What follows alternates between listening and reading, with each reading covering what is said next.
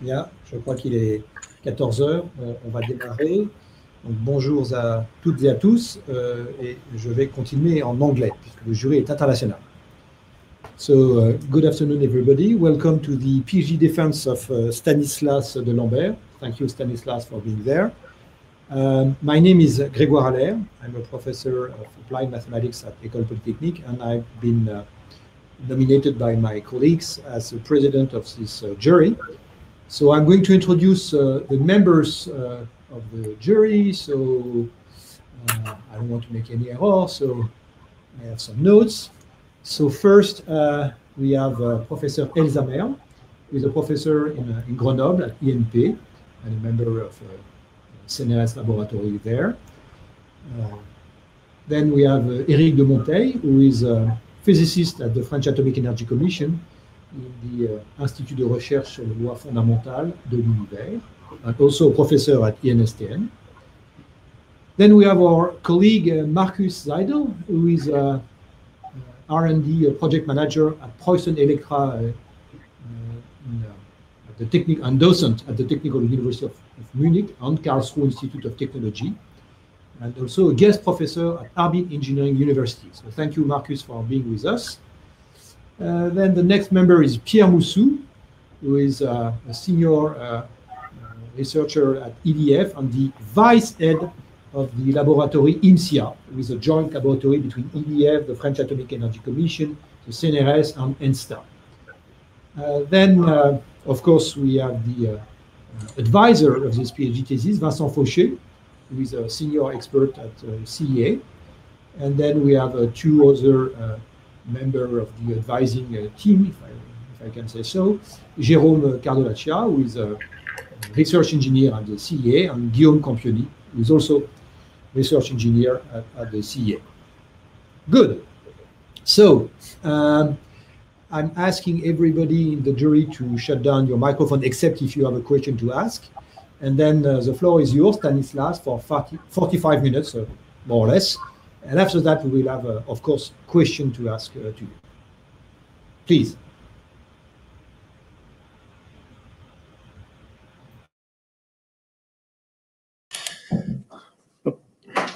Thank you, Grégoire. I share my screen.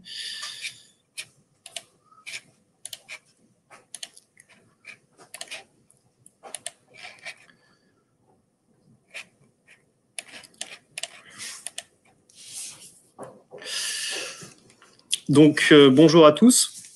Donc, tout d'abord, je tiens à remercier les membres du jury pour leur présence.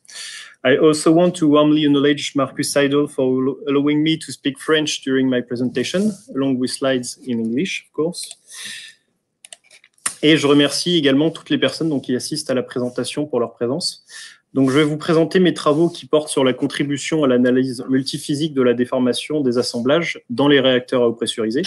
Donc, on va commencer par quelques éléments introductifs et contextuels sur mon sujet. Donc, pour situer le problème, on s'intéresse à un phénomène qui se passe dans les centrales nucléaires. Donc, ce sont des chaudières dont la source de chaleur est apportée par un réacteur nucléaire. Et au sein des cuves de ces réacteurs nucléaires, donc plus particulièrement dit les réacteurs à eau pressurisée, on trouve des assemblages combustibles, comme on peut voir sur la figure de droite. Donc, ce sont des structures élancées qui comportent le combustible nucléaire et au sein desquelles le caloporteur circule de bas en haut et vient récupérer de la chaleur. Donc, ces assemblages de combustible, ils se composent à la fois de crayons de combustible, donc qui contiennent les pastilles de combustible. On dit qu'ils seront arrangés sous la forme d'un faisceau à pas carré, et de tubes guides, donc malheureusement qu'on ne voit pas sur la photo, dans lesquels viennent s'insérer des grappes de contrôle qui permettent de contrôler la réaction nucléaire. Et enfin, la distance entre les différents cylindres donc constitués par les crayons et les tubes guides, elle est maintenue à l'aide de grilles qui sont régulièrement espacées tout au long de l'assemblage. Donc, par exemple, on en voit 3 ici. Donc, une première grille, la deuxième et la troisième. Donc, on dit souvent que la déformation de ces composants que sont les assemblages nucléaires, elle a été observée pour la première fois dans les années 90. On parle souvent de 1994. Quand les grappes de contrôle qui doivent s'y insérer ne le pouvaient plus. Donc, on appelle ça IRI. Et par exemple, on voit ici une grappe de contrôle qui ne peut plus s'insérer dans le tube guide d'un assemblage qui a été déformé. On a observé donc ensuite que ces assemblages peuvent se déformer de plusieurs manières et avec des amplitudes différentes, donc typiquement jusqu'à 2 cm. Et donc en fait, cette déformation, elle a aussi des conséquences pour l'exploitation du réacteur. Donc on observe par exemple des variations de puissance nucléaire dans le cœur qui est liée à la déformation. On parle d'effet de tilt quand on a une asymétrie de puissance par quart de cœur. Et cette asymétrie, donc, elle dépend également de la technologie du réacteur. Alors, on a aussi des problèmes pour la manutention des assemblages. Donc, on peut voir à droite un assemblage déformé qui ne peut plus s'insérer dans le cœur, plus particulièrement sur la plaque inférieure du cœur. Et on a aussi des problèmes d'endommagement de grilles, par exemple, sur les assemblages. Et donc, il faut savoir que ça pose aussi des problèmes pour la gestion du cœur lui-même, parce qu'il faut savoir que les exploitants, par le passé, ont dû adapter le plan de chargement des assemblages dans le cœur à cause de ces déformations. Donc, l'assemblage, il est soumis, il faut savoir, en permanence à tout un tas d'effets de plusieurs physiques différentes. Donc, on peut par exemple parler sans rentrer dans les détails, de fluage des assemblages, de leur croissance sous flux, des efforts hydrauliques qui sont exercés par le caloporteur, de la dilatation thermique des différents composants de l'assemblage. Et donc, parmi ces effets, il semble que les efforts hydrauliques soient une des causes principales de la déformation, donc efforts qui s'exercent à différents niveaux sur les assemblages. Et alors, ces efforts, donc, ils dépendent des conditions d'injection et de soutirage du caloporteur en entrée et en sortie du cœur. Donc, on parle souvent de profil de vitesse et donc des écoulements transverses divers et variés qui en résultent. Donc, il faut savoir que ces profils, ils peuvent être asymétriques, notamment en entrée, par exemple à cause du processus de montée en puissance du cœur ou d'un dysfonctionnement de pompe. Et donc, on a des efforts qui peuvent être également asymétriques, des déformations asymétriques et pourquoi pas une répartition asymétrique de puissance comme le tilt. Donc, à une échelle plus locale, la littérature, elle suspecte aussi les efforts qui sont liés aux écoulements au voisinage des grilles comme étant des contributeurs très importants. Donc, il faut savoir que toutefois, ils sont assez peu étudiés dans la littérature à l'heure actuelle et on va s'y intéresser particulièrement dans la thèse, comme on le verra. Et donc, on comprend bien que les causes et les conséquences de cette déformation, elles sont liées à un environnement qui est en fait très multiphysique et aussi multi-échelle, avec des causes et des conséquences, donc remarquables par exemple au niveau d'une grille, comme je le disais, d'un assemblage ou du cœur avec ses problématiques de profil d'injection de caloporteur. Donc dans notre étude, la déformation, elle est considérée quasi statique, donc étant donné qu'elle évolue sur des cycles de production en fait de plusieurs mois. Elle est traitée dans un environnement multiphysique, donc à la fois avec de la thermohydraulique, de la mécanique et de la neutronique. Et donc, au sein de ces disciplines, on a choisi 3 interactions importantes. Donc, à la fois le couplage entre l'hydraulique et la mécanique, donc on parle d'interaction fluide-structure, qui permet de déformer l'assemblage, et le chaînage de cette déformation mécanique résultante vers la neutronique. Donc, nos paramètres d'échange dans ces interactions, c'est d'une part les forces hydrauliques qui s'exercent sur l'assemblage et la largeur des bypass lambda. Donc, le bypass, en fait, c'est l'espace qui sépare 2 assemblages successifs, comme on le voit ici en jaune sur la figure, et on va en parler beaucoup par la suite. Et donc, notre but, in fine, c'est de modéliser donc, ces interactions à 3 échelles successives, donc la grille, l'assemblage et le cœur. Donc, comme on peut le comprendre, donc, la suite de la présentation, elle est organisée en fait selon une remontée d'échelle. Donc, dans un premier temps, on va s'intéresser au modèle à l'échelle de la grille, qui ont pris une grande partie du temps de travail. Donc, il s'agit ici d'une partie qui est purement hydraulique, comme on le verra.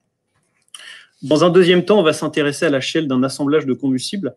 Donc, on verra comment il est possible de modéliser un assemblage à partir du modèle local qui est développé dans la partie précédente. Et on commencera aussi à parler un peu de neutronique. Et ensuite, donc, on répète l'opération à l'échelle du cœur. Donc, d'abord sur des rangées d'assemblage, qui est souvent considérée comme une étape intermédiaire vers l'échelle d'un cœur complet. Et donc ensuite sur cœur complet de manière un peu plus prospective dans la thèse. Et on finira bien sûr par quelques conclusions et perspectives. Donc, dans le premier chapitre, on parlera donc presque uniquement d'hydraulique. Donc, il s'agit d'un point de départ dans le sens où, comme je le disais, toutes les futures échelles dépendent de ce modèle.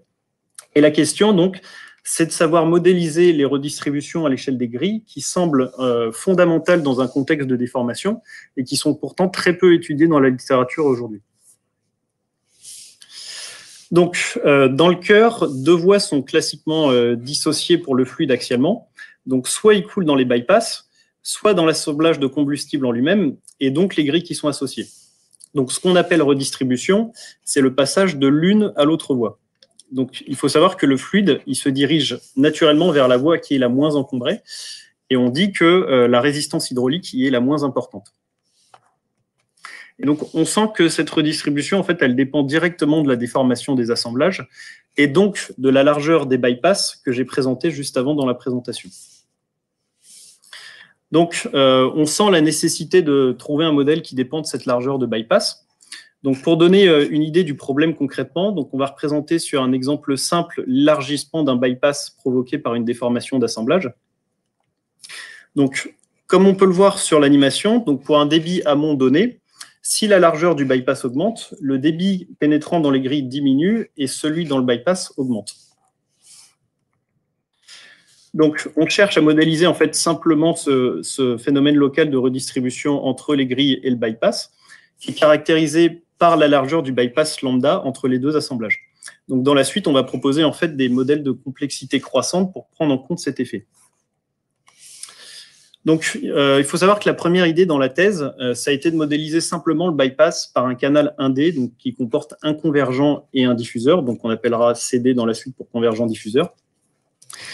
Et la perte de charge qui est engendrée dans ce bypass, elle s'écrit comme le produit d'une résistance, KCD, et du débit au carré. Et donc, la résistance en elle-même, elle est constituée de pertes de charge régulières, donc qui sont liées au frottement sur les parois, et de pertes de charge singulières, donc qui sont liées, par exemple, à un changement abrupt de géométrie. Donc, on peut montrer qu'elle dépend très essentiellement de la largeur du bypass lambda, et ces différentes corrélations de pertes de charge ont été principalement adaptées du manuel Hidalgo. Donc, en fait, initialement, on a eu l'idée de modéliser le phénomène, tout le phénomène en négligeant la redistribution donc vers les grilles à gauche et à droite. Et on s'est rendu compte que ça surestimait beaucoup les efforts associés sur les grilles par rapport à la littérature, donc ce qu'on peut trouver dans la littérature. D'où l'idée d'un modèle prenant en compte en fait cette redistribution dont je parlais avec les grilles. Donc, ce modèle, donc on appelle modèle 1, il considère désormais les deux voies citées auparavant, donc la grille et l'assemblage associé et le bypass. Donc, il est constitué de deux branches en parallèle, à l'image d'un circuit électrique, mais qui serait non linéaire puisque la perte de charge évolue au débit au carré, selon le débit au carré. Et donc le système, il est défini par une équation à la fois de conservation de la masse et une équation de conservation de l'énergie. Et donc l'idée derrière cette approche, c'est en fait l'égalité des pertes de charge entre l'amont et l'aval des deux branches, donc que sont la grille et le bypass. Et on voit apparaître en fait la notion de maille comme en électricité et donc de réseau hydraulique dont on va beaucoup parler par la suite. Donc, en fait, on s'est aperçu que les pertes de charge amont-aval de la grille et du bypass n'étaient pas en fait exactement égales. On a constaté à travers des simulations CFD un effet de point d'arrêt en amont des grilles pour des petites largeurs de bypass. Donc, on voit par exemple sur la figure à droite un pic de pression sous la grille, donc qui est issu d'un calcul avec le code, en l'occurrence Trio CFD, pour une largeur ici de bypass de 1 mm. Et donc, on sent ici la nécessité d'introduire une amélioration du premier modèle, parce que ce modèle n'était pas en fait capable de prendre en compte cet effet. Donc, l'idée de ce nouveau modèle, donc on appelle modèle 2, c'est de corriger l'équation d'énergie sous la forme de résistance corrigée qu'on appelle K tilde, pour prendre en compte un écart de pression dynamique entre les deux branches grille et bypass. Donc, on appelle cette différence delta PC. Alors, il faut savoir, donc, ce modèle, comme on le verra, il est assez efficace, mais en réalité, la perte de charge dans le bypass dérive des simulations fines qu'on a pu faire pour des petites largeurs de bypass, d'où la nécessité d'introduire un troisième modèle avec encore une nouvelle amélioration. Donc, dans ce modèle, donc, on appelle modèle 3, on ajoute cette fois-ci la résistance latérale quand le fluide passe d'une branche à l'autre, donc qui est engendrée par la présence des crayons. Et cette résistance, donc, elle est basée sur la corrélation éole de perte de charge latérale à la traversée d'un faisceau de crayon de combustible. Et elle a été décrite dans des travaux qui précèdent la thèse, notamment par Jean P. Bernès. Et il faut savoir que, contrairement au modèle 1 et 2, qui dépendent uniquement de la géométrie du système, ce modèle 3, en fait, il ajoute, à travers le thème de résistance latérale, donc en violet, un paramètre qui est la hauteur à travers laquelle le fluide passe d'une branche à l'autre. Donc, cette hauteur, on l'appelle HL. Donc, on en voit un exemple sur la figure à droite, donc, qui représente des lignes de courant au voisinage de la grille, dans un calcul qui a été réalisé cette fois-ci avec Code Saturn. Et dans le cas présent, donc HL est de l'ordre du centimètre. Donc, pour résumer, dans un premier modèle, on a conçu un simple réseau hydraulique qu'on appelait modèle 1. Dans le deuxième, on a corrigé les résistances hydrauliques pour prendre en compte les points d'arrêt. Et dans le troisième, on a ajouté la résistance latérale engendrée par la présence des crayons. Et donc, on va chercher, bien sûr, maintenant à valider ces modèles. Donc, ces modèles, ils ont été validés à la fois par simulation CFD et une maquette expérimentale, DIVA plus G, dédiée. Et pour la simulation CFD, donc l'intérieur des grilles a été modélisé par un terme source qui nous évite de décrire en détail l'intérieur de la grille. Le volume de grille donc, qui affleure le bypass ici n'est pas modélisé, comme on le voit, pour éviter d'ajouter ici une recirculation qui amplifierait la perte de charge dans la grille. Et les simulations donc, ont été faites à la fois avec les codes Trio CFD et code Saturn.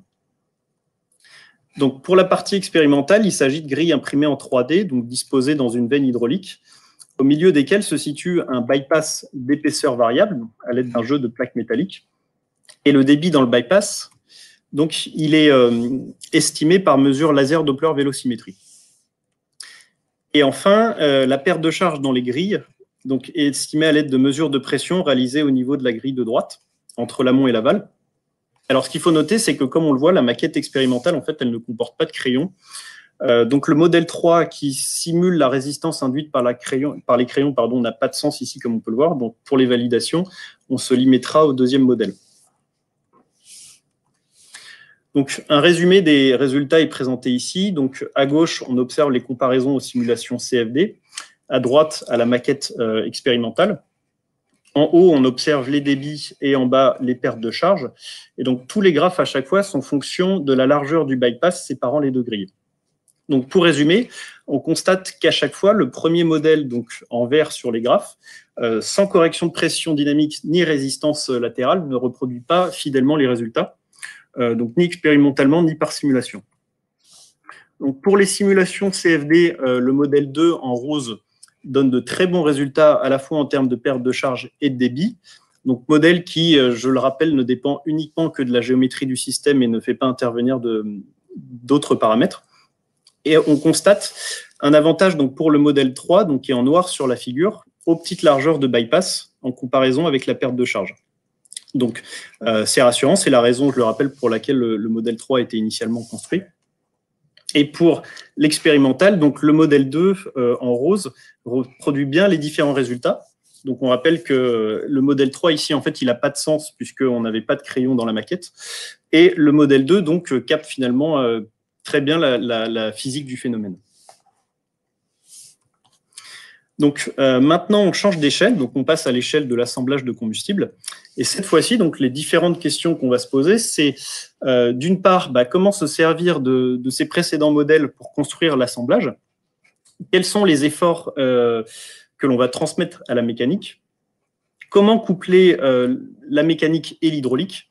Et enfin, donc, comment exporter les déformations obtenues par ce couplage vers la neutronique? Donc, pour construire un étage d'assemblage qu'on appelle floor ou span dans les figures, donc c'est-à-dire une grille et ses deux demi-faisceaux au-dessus et en dessous, donc on considère deux types de redistribution classiquement constatées dans la littérature. Donc, tout d'abord, en bleu, la redistribution entre l'assemblage et ses bypass environnants. Donc, c'est le but du modèle 3 que j'ai établi dans la dernière partie. Et la redistribution intra-assemblage. Donc, cette redistribution, elle a lieu en fait sur la hauteur d'étage et elle est pilotée par, encore une fois, des corrélations de type Éole. Et cette partie, donc, il faut savoir qu'elle a été décrite dans la littérature et j'ai fait donc aucun ajout dessus dans la thèse. Donc, on s'intéresse maintenant aux efforts qui s'exercent sur un étage d'assemblage et qui peuvent être estimés à partir d'un premier calcul de débit donc, sur un étage. Donc, tout d'abord, on a l'effort axial VZ. Donc, cet effort, c'est la force d'envol provoquée par le fluide au sein de l'assemblage en lui-même. Ensuite, l'effort latéral FV. Donc, cet effort, c'est un effort de pression en fait, qui s'exerce sur les parties externes de la grille. Et il est évidemment affecté par les redistributions au voisinage de la dite grille. Et il dépend, entre autres, donc, des largeurs de bypass qui entourent la grille et donc de la déformation de l'assemblage. Et il est souvent considéré dans la littérature comme étant stabilisant ou on dit recentrant aussi, c'est-à-dire qu'il tendrait à réduire la déformation et à égaliser la largeur des bypass. Donc, on a aussi l'effort latéral qui est exercé donc, à l'intérieur de la grille, FUP. Donc, il est lié, lui, au redressement du fluide au passage de la grille de mélange et donc à une variation de la quantité de mouvement. Donc, il a été proposé par Vanninger récemment dans ses travaux sur la déformation. Et enfin, donc FB, qui est l'effort latéral sur le faisceau de l'étage concerné, qui est exercé par l'écoulement donc incliné et qui traverse cet étage à différents endroits. Donc, les étages sont empilés les uns sur les autres de façon à reproduire en fait le réseau de l'assemblage en entier. Donc, dans notre cas, on parlera de 10 étages, ce qui correspond à des grilles. L'écoulement, il est injecté au niveau du bas de l'assemblage. Il est ensuite soutiré au niveau de la tête des assemblages. Et donc, on remarque qu'on retrouve bien nos deux types de mailles, donc correspondant à la fois au modèle 3 en bleu pour la redistribution bypass assemblage et en orange pour la redistribution intra-assemblage.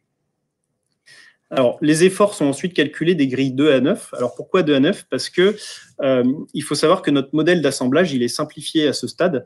Il ne prend pas en compte les redistributions avec les embouts inférieurs et supérieurs de l'assemblage, qui sont d'autres composants qui se situent en fait aux extrémités de l'assemblage.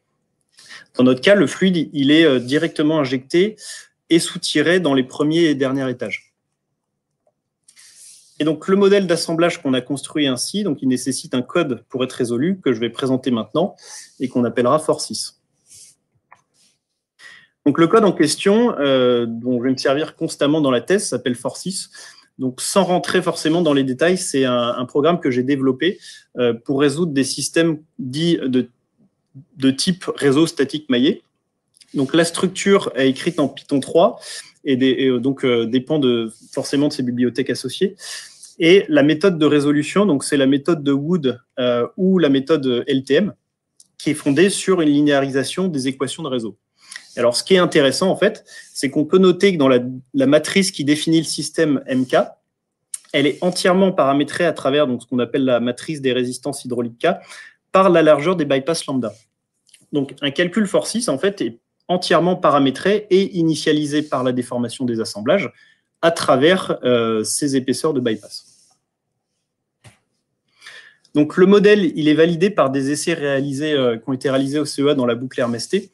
Donc, il s'agit d'un assemblage entouré d'une paroi et les bypass, dans ce cas, en fait, ils ont une largeur de 20 mm. Donc, l'écoulement est injecté sous le pied de l'assemblage et le soutirage est fait au-dessus de la tête de l'assemblage. Des mesures de déplacement sont faites au niveau des grilles 2 à 9. On a également un vérin hydraulique qui permet d'imposer un déplacement au niveau de la grille numéro 5. Et des mesures de vitesse sont faites donc, entre les grilles 2, 3, 4, 5 et 8, 9. Et donc, ici, on s'intéresse à deux types de tests différents. Donc, un premier test où l'assemblage il est non déformé, droit, sous écoulement, qui va nous servir à vérifier le paramétrage hydraulique du modèle. Et un deuxième test, quasi statique sous écoulement, où l'assemblage est cette fois-ci déformé via un déplacement de 1 cm de la grille numéro 5 vers la droite, donc grâce à ce vérin en violet. Et ce test, on va voir, nécessite un couplage hydromécanique. Pardon.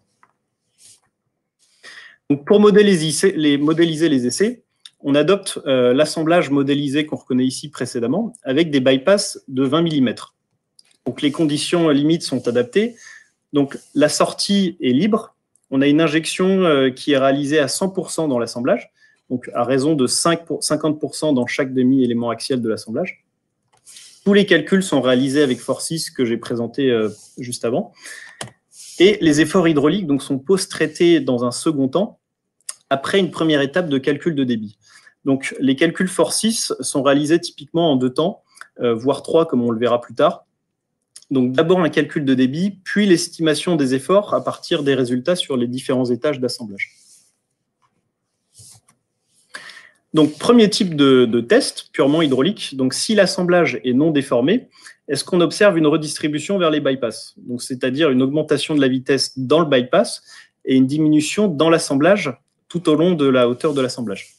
Donc, c'est un cas particulier qui est lié à l'expérience où les bypass sont très larges, de l'ordre de 2 cm. Donc, on obtient ce type de résultat. Donc, en abscisse, on observe la hauteur de la grille. Les courbes du haut correspondent à la vitesse dans les bypass et celles du bas dans l'assemblage. En pointillé, on a les mesures expérimentales. En continu, les valeurs obtenues par simulation. Et donc, pour les essais, on remarque qu'on a 2 valeurs de bypass qui correspondent aux bypass de gauche et de droite dans les essais. Alors que, évidemment, nous, on a une seule une courbe de bypass puisque nos simulations sont parfaitement symétriques. Donc, on fait ces calculs pour 5 mètres secondes d'injection, 3 mètres secondes d'injection et 1,5 mètres secondes d'injection. Et donc, pour chaque vitesse d'injection, on observe en fait cette augmentation de vitesse dans les bypass et une diminution de vitesse dans l'assemblage. Donc ça, c'est le comportement macroscopique qu'on voulait être reproduit par nos modèles, donc c'est une bonne chose. Donc, cependant, on constate une différence en termes de vitesse qui est quasiment constante entre les modèles et les mesures, donc qui peut être liée à 2 choses. Donc, soit au fait qu'on ait une différence entre des mesures qui sont prises en ligne dans l'expérience, et alors qu'on parle de vitesse moyenne dans des calculs Force. Et aussi, on pourrait aussi considérer que les conditions d'injection que j'ai prises à 100% dans l'assemblage ne sont pas entièrement optimisées pour le test. Donc, si l'assemblage est cette fois-ci déformé, donc deuxième test, à l'état initial, on a un déplacement de 1 cm sur la grille 5 et des déplacements de grille associés qui sont appelés delta x0. Donc, la question est, est-ce que sous écoulement, on observe la même déformation à l'état d'équilibre? Donc, si les nouveaux déplacements, ici, les points d'interrogation, sont les mêmes entre les simulations et les essais. Donc, à ce stade, on a un couplage qui est nécessaire pour trouver l'état d'équilibre entre le fluide et la structure.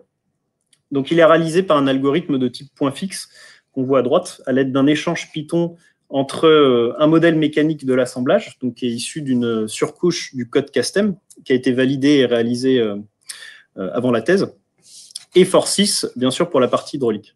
Donc, à ce stade, il n'y a pas de sous-relaxation de l'algorithme. Et donc, on comprend bien que la structure transfère la largeur des bypass lambda à l'hydraulique, et en retour, l'hydraulique transmet les efforts hydrauliques calculés à la mécanique. Donc, on applique ce couplage aux essais quasi-statiques présentés juste avant. Donc, à l'état initial, on déforme l'assemblage à l'aide d'un déplacement de la grille numéro 5. Donc, il y a un léger écart qui peut être constaté à l'état initial entre le modèle mécanique, donc en ligne continue, et la déformation constatée expérimentalement en ligne pointillée. Donc, ensuite, on met la maquette sous écoulement et on obtient les déformations à 3 mètres secondes et à 5 mètres secondes. Alors, ce qui est très important, c'est que l'écart constaté à l'état initial entre le modèle et les essais, en fait, il se conserve après couplage aux différentes vitesses d'injection. Donc, autrement dit, le jeu de force généré par l'hydraulique est cohérent avec l'expérimental. Donc, c'est ce qu'on souhaitait. Et on observe, par exemple, ce jeu de force pour 5 mètres secondes d'injection sur la figure du haut. Alors, il faut savoir qu'on a refait le calcul à 5 mètres secondes pour des largeurs de bypass de 2 mm cette fois-ci. Donc, c'est une expérience de pensée. Donc, soit 10 fois moins que dans les essais. Et en fait, donc, si on réduit par 10 la largeur des bypass, on observerait ceci. Donc, avec 2 mm de bypass, en fait, l'effort FV en violet, il tend à recentrer l'assemblage, comme on le voit, en le poussant vers la gauche, et donc il tend à réduire la déformation.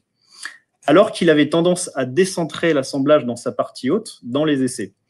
Donc, on constate en plus que cet effort, il n'est pas tout le temps un effort de recentrage, stabilisant ou qui tend à réduire la différence de largeur entre les bypass, comme parfois annoncé dans la littérature. Donc, pour résumer, on a vu que les résultats expérimentaux permettent de valider le comportement hydromécanique de l'assemblage. Donc, on va maintenant voir comment reproduire la déformation mécanique obtenue avec un code de neutronique. Donc, une fois que la déformation de l'assemblage à l'équilibre est déterminée, comment reproduire la déformation avec un code de neutronique? Donc, pour retracer l'histoire, on a une déformation réelle qui est modélisée par interaction fluide-structure. Et le jeu de bypass résultant peut permettre d'interpoler la déformation et celle-ci peut être envoyée à la neutronique avec un export FOR6, par exemple, à travers la description géométrique. Donc, on utilise dans cette partie un code Monte-Carlo, donc Tripolycat, qui est un code de référence. Et dans ce type de code, donc, la géométrie elle est décrite par des surfaces analytiques, et on suit de manière probabiliste le cheminement des neutrons dans les matériaux. Donc, on a proposé deux approches discrètes pour reproduire la déformation, qui sont fondées sur les géométries natives du code et qui sont comparées à une référence continue. Donc, comme je le disais, deux modèles discrets sont comparés à une référence continue. Donc, la référence, c'est celle-là. Donc, elle est constituée d'une section de tore coupée par deux plans. Donc, les plans, en fait, ils sont positionnés de manière à obtenir la longueur d'arc souhaitée. Et cette approche, donc, elle est simple, mais malheureusement, elle permet uniquement de reproduire que des déformations limitées ou des cas d'école. Donc, le premier modèle discret, donc, qui est inspiré par la littérature, il consiste simplement en un empilement de cylindres verticaux. Donc, cette approche, elle nécessite en revanche de corriger la longueur de certains cylindres pour conserver le volume total du crayon de combustible. Parce qu'en fait, la somme des hauteurs de chaque cylindre pris individuellement n'est pas, en théorie, égale à la longueur de la courbe de la déformée.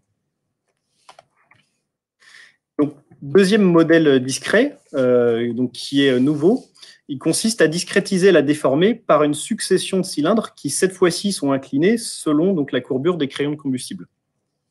Donc, dans ce modèle, la longueur des cylindres pairs est corrigée, donc ici, par exemple, le segment 2, de telle sorte à éviter des zones de non-recouvrement, comme on voit en rouge sur la figure à droite, entre les différents cylindres qui composent le crayon.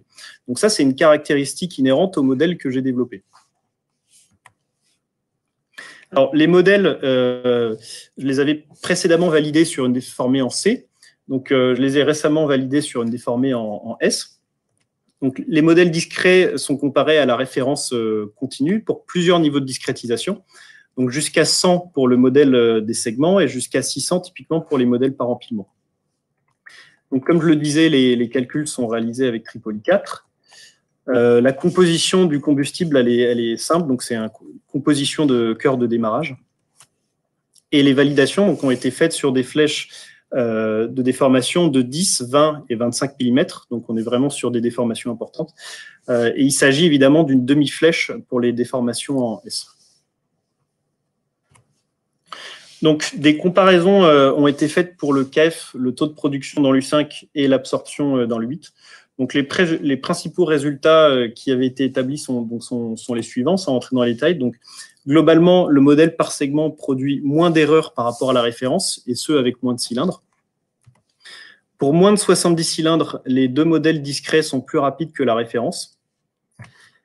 Et donc, le modèle par segment, il est conseillé à ce niveau pour une utilisation plus globale. Donc, par exemple, comme moyen de validation à une échelle plus large, à condition, bien évidemment, de corriger les zones de non-recouvrement, qui est une caractéristique du modèle. Donc, on passe à une échelle plus large, donc le cœur et les rangées d'assemblage.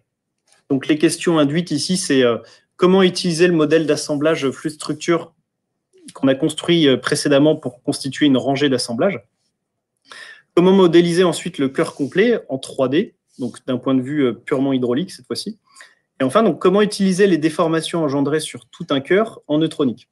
Donc, c'est-à-dire une échelle où la modélisation Monte-Carlo serait trop coûteuse en temps. Donc, tout d'abord, avant de parler de cœur complet, on s'intéresse à une rangée de 15 assemblages Illy-Gris. Donc, c'est une échelle intermédiaire, comme je le disais, souvent considérée en pratique. Et donc, dans notre approche, donc ça ne pose pas de problème a priori, il suffit de juxtaposer, comme on le voit, côte à côte les modèles d'assemblage en 2D. Et à partir de là, donc, on impose, comme ce qui est fait classiquement dans la littérature, des profils de vitesse en entrée et en sortie de la rangée d'assemblage. Alors, il faut savoir que faire ceci, ce n'est pas si simple en réalité, parce que rien ne garantit la conservation de la masse en entrée et en sortie du système, à partir des profils demandés par l'utilisateur, comme on voit par exemple ici. Donc, il y a une étape intermédiaire de pré-traitement dans FOR6. Donc, je parlais tout à l'heure de parfois 3 étapes. Donc, ici, sur une rangée, c'est le cas, qui consiste en une étape d'optimisation, en fait, qui permet de coller à la consigne de vitesse imposée, tout en conservant la masse dans le système entre l'entrée et la sortie. Donc, en pratique, cela, ça induit forcément des des légères modifications de la consigne de vitesse qui est de l'ordre du %. Et donc, comme proposé par Horvat, compte tenu du nombre de l'augmentation importante du nombre de degrés de liberté, les largeurs de bypass ici sont relaxées au sein du couplage hydromécanique, contrairement au cas où l'assemblage était seul. Donc, on prendra l'exemple d'une rangée de 15 assemblages, c'est-à-dire la rangée la plus large qu'on trouve, par exemple, dans un cœur de 1300 ou 900 MW. Et à cette échelle, donc, on n'a plus de mesures expérimentales pour valider les calculs. Donc, il s'agit de comparer qualitativement nos modèles à la littérature. Donc, dans ce cas, on impose un profil de vitesse parabolique en entrée, comme on le voit, donc, dont le maximum en entrée a été décalé vers la gauche. Donc, comme on le voit sur la figure qui est ici. Et cette asymétrie, donc, en entrée, elle peut être par exemple liée à, comme je le disais, un dysfonctionnement de pompe, par exemple. Donc, on obtient après couplage donc, les déformés donnés par force 6. Donc, en ligne continue, on observe les déformés qui sont convergés à l'état d'équilibre. Et en ligne pointillée, on observe les déformés après une seule itération, donc en quelque sorte un chaînage. Donc, on constate que globalement, les déformés, elles sont atténuées quand le couplage est convergé. On constate également que les déformées maximales, elles se situent à l'opposé du maximum de vitesse d'entrée. C'est-à-dire qu'elles se situent à droite alors que la vitesse maximale d'entrée était décalée vers la gauche. Et donc, cette observation, elle est liée au fait que les redistributions les moins importantes et donc les efforts les moins importants ont lieu là où le gradient de vitesse latéralement est le plus faible. Donc, en fait, au niveau des maxima des profils. Donc, la largeur de bypass maximale obtenue est de 6 mm, soit 3 fois la valeur nominale de 2 mm à peu près dans un cœur.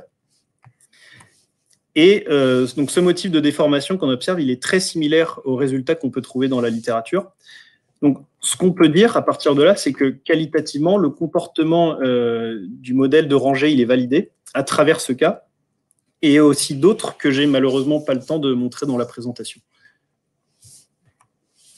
Donc maintenant, on rentre dans des travaux un peu plus prospectifs à l'échelle du cœur complet. Donc, on s'interroge ici sur le moyen en fait, d'extrapoler notre approche réseau en 3 dimensions. Donc, la première méthode, la plus intuitive, on dirait, qui a été proposée par Stabel et qui considère le cœur comme un ensemble de rangées verticales et horizontales. Donc, en fait, cette méthode, elle estime les deux composantes des efforts par un balayage des rangées horizontales et verticales dans le cœur. Donc, elle permet de calculer en fait individuellement 15 rangées dans les deux directions, en X et en Y, sans avoir recours à un plus gros calcul en 3 dimensions. Donc, c'est une méthode qui est utilisée de manière industrielle, qui fait appel à plusieurs hypothèses, mais en réalité, cette méthode, elle n'a jamais été comparée à des approches plus fines. Donc, l'idée que j'ai eue, c'est de proposer 3 approches s'appuyant sur une redistribution directement en 3 dimensions, donc de plus en plus complexes. Donc, elles incluent successivement donc, la redistribution en 3D, comme je le disais, le calcul des pertes de charge en faisceau à partir des 3 composantes de l'espace, et la redistribution avec les coins d'assemblage et les bypass latéralement. Donc, ces approches, je n'aurai pas le temps de les détailler dans la présentation. Et à partir de là, donc, la méthode de Stabel et les 3 nouvelles méthodes ont été comparées sur 8 cas tests qui concernent un mini-cœur de 8 par 8 assemblages avec différentes conditions. Donc, la modification des conditions limites ou la présence ou non, par exemple, de déformation. Donc, il s'agit d'un comparatif qui est purement hydraulique à ce stade, comme aucun couplage fluide structure n'a été réalisé à l'échelle du cœur complet, comme je le disais. Alors, pour résumer les résultats, donc, on montre tout d'abord en termes de force que toutes les méthodes donnent des motifs d'effort qui sont similaires pour chaque cas test. Les quelques différences constatées sont largement acceptables à une telle échelle. Et en termes de vitesse de calcul, donc la méthode initiale de Stabel qui consiste à balayer le cœur à l'aide de rangées en 2D horizontales et verticales, c'est, comme on le voit, de loin la plus rapide. Donc, elle est quand même, par exemple, 11 fois plus rapide en moyenne que la méthode la plus complexe et la plus fine que j'ai proposée, donc ce qui est loin d'être négligeable. Et donc, finalement, il semble que la méthode de Stabel qu'on trouve actuellement dans la littérature soit la plus apte à être utilisée dans un futur couplage à l'échelle du cœur en 3D, sans avoir recours à forcément à des approches plus complexes.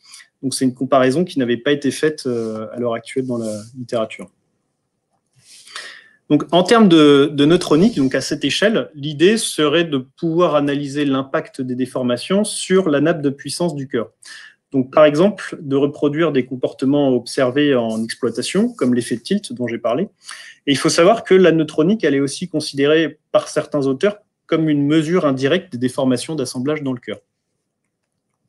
Donc, les simulations Monte-Carlo avec les modèles qu'on a réalisés à l'échelle assemblage peuvent en pratique être faits pour des cas de validation sur des cas restreints ou pour des études avec un nombre limité d'assemblages.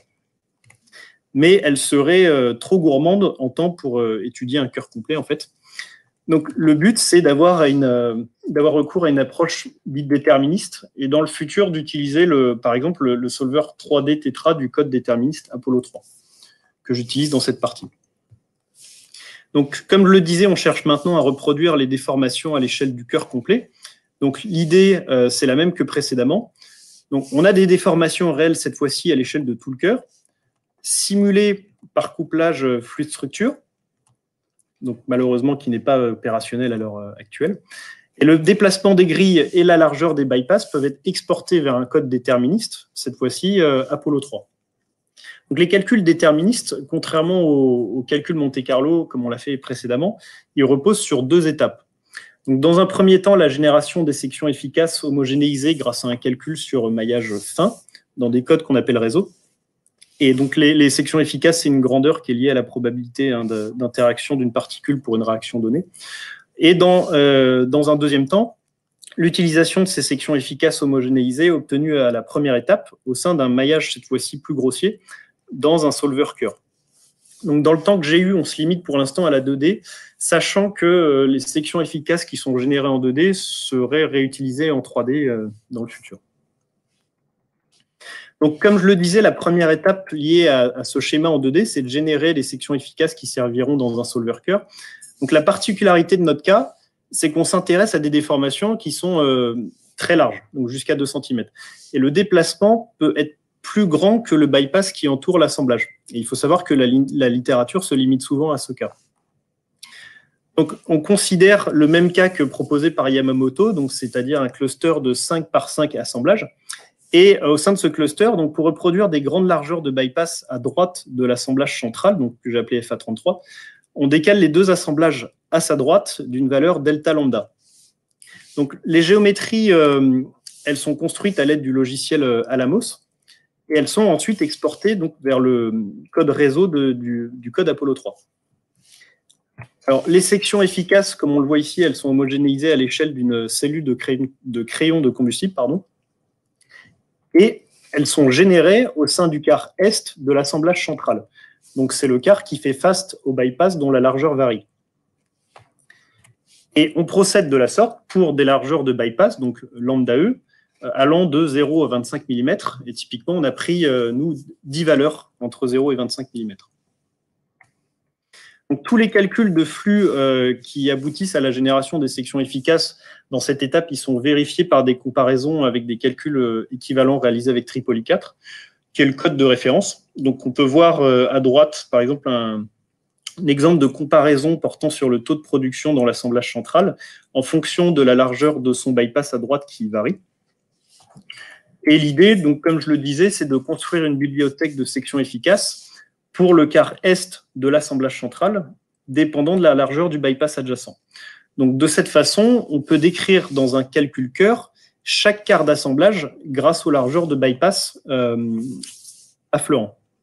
Donc, en fait, ce schéma, il repose sur une hypothèse qui est bien sûr sous-jacente, c'est que les sections efficaces des quarts d'assemblage ne dépendent que du bypass adjacent.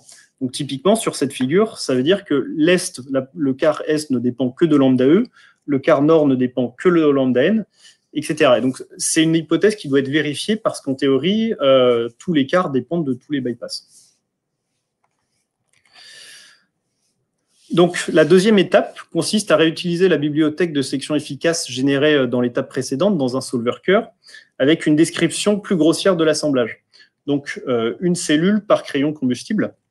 Et c'est une étape qui nous permet aussi, par la même occasion, de tester l'hypothèse d'indépendance des quarts d'assemblage que j'ai présenté juste avant.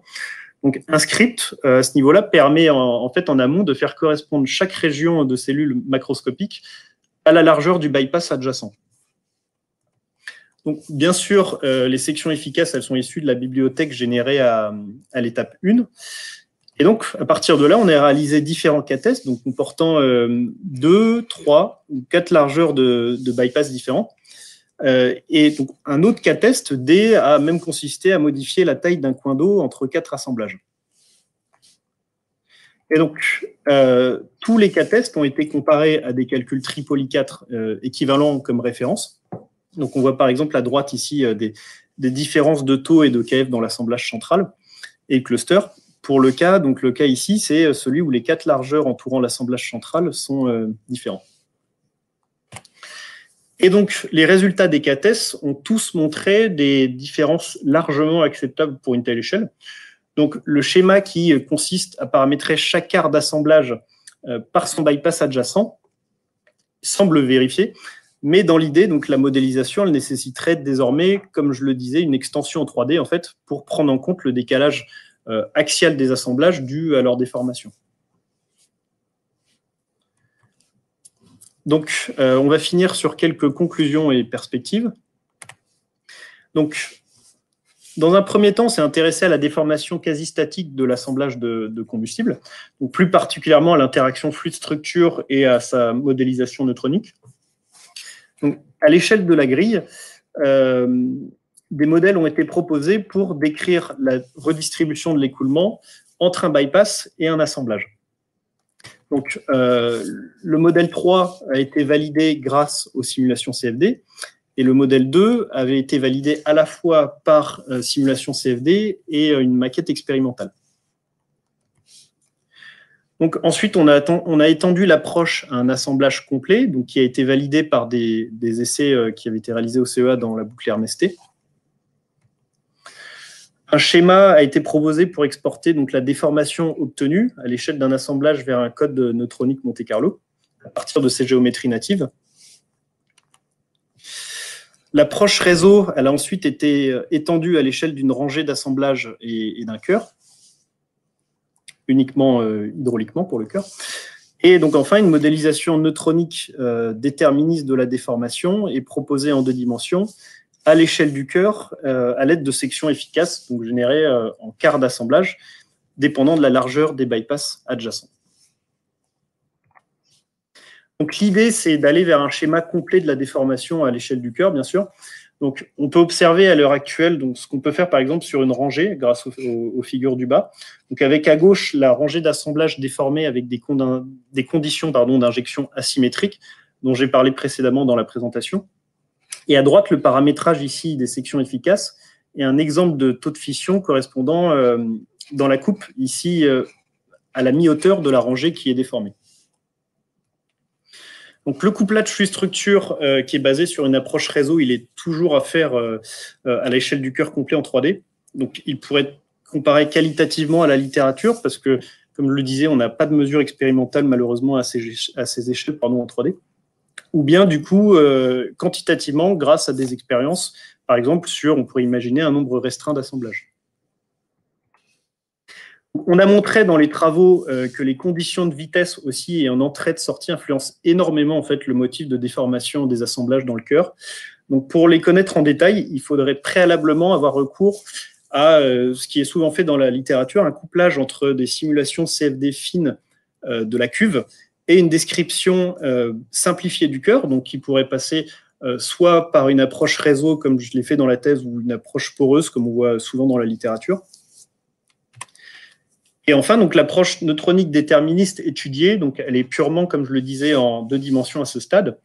Et une approche 3D donc, pourrait consister à modéliser les assemblages par maillage tétraédrique dans un solveur adapté, tout en réutilisant bien sûr la bibliothèque de sections efficaces que j'ai générée en 2 dimensions au sein d'un découpage axial de l'assemblage qui serait, lui, à étudier. Donc, pour finir, quelques communications écrites et orales réalisées pendant la thèse. Et je vous remercie de votre attention. Merci beaucoup, Stanislas. So thank you very much, Stanislas, for